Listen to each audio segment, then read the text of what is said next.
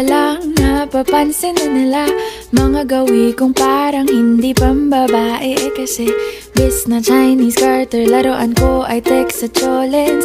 Tapos kajamin ko lagi noon mga sigang lalaki sa amin. Nung ako'y mag-high school ay napabarkada sa mga bay. Curious na babae na ang hanap din ay babae. Sa halip na makeup kit, bit-bit ko ay gitara. Tapos pormahan ko lagi ay long sleeves na t-shirt at faded na lonta. Pero nung makilala kita, nagbagong bigla ang aking timpla. Natutuwa ko na magpariban at mag-ahit ng kilay at least once a month. Hindi ko alam kung anong meron ka na sa akin ay nagpalambot ng bigla. Sinong mag-aakalang lalaki pala ang bibiyag sa tulad kong tigreng gala.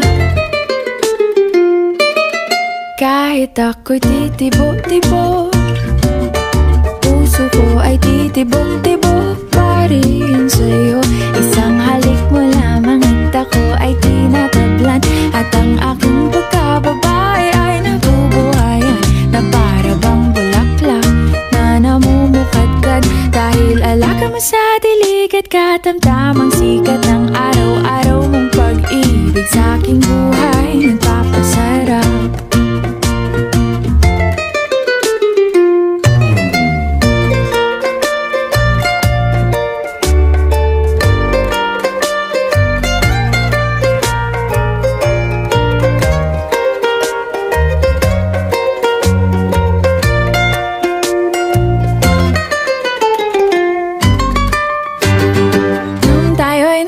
Ay saka ko lamang binigay ang matamis na oong 10 buwan mong trinabaho.